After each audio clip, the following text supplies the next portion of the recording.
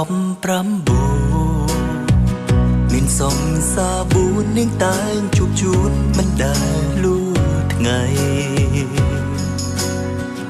សងសាទី1ឈ្មោះថាភក្តីទី2ឈ្មោះរៃទី3ឈ្មោះរៃទី4ឈ្មោះរាទោះបីប្របួនស្នេហ៍ស្រីតែម្នាក់តែគេស៊ូមិនខ្លាចរអាចាំថ្ងៃណាដែលនាងជ្រើសយកតែមួយនាងថាពេលនាងស្នេហ៍មើលចិត្តសិនបងទាំង4អើយសូមកុំព្រួយមិនស្មានឡើយនាងបែរមានមិន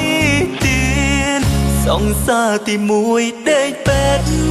ព្រោះឆ្អែតពេកនឹងចិនស្រី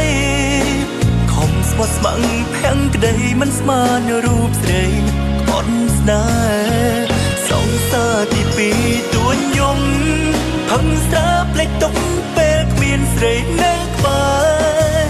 ទី3យំរាយរាប់ប្រាប់ម៉ែឯទី4ស្ទើរឈួតលំឡាយគួរអាណិតជឿឬមិនជឿស្រេចលើអ្នក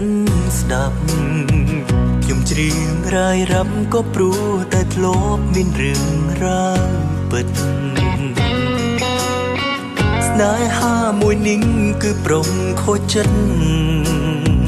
អ្នកស្ដាប់ជួយគិតចុងក្រោយជីវិតទៅជាយ៉ាងណា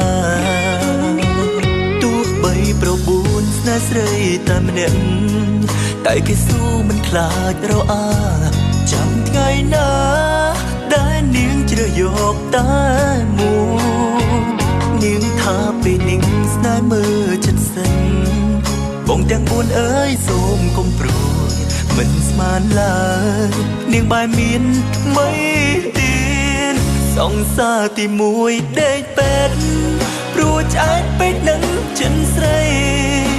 ខំស្មោះស្ម័គ្រភាំងក្តីមិនស្មានរូបស្រីក្បត់ស្នេហ៍សងសាទី2ទួញយំផឹងស្រាផ្លេចទុកពេលគ្មានស្រីនៅក្បែរទី3យំរាយរាប់ប្រាប់ម៉ែឯទី4ស្ទើរឈួតលំឡាយគួរអាណិត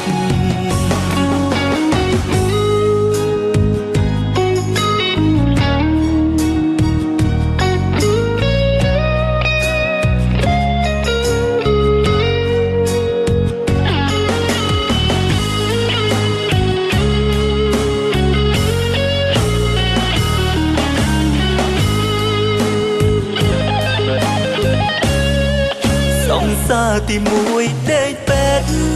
ព្រោះឆ្អែតពេកនឹងចិនស្រី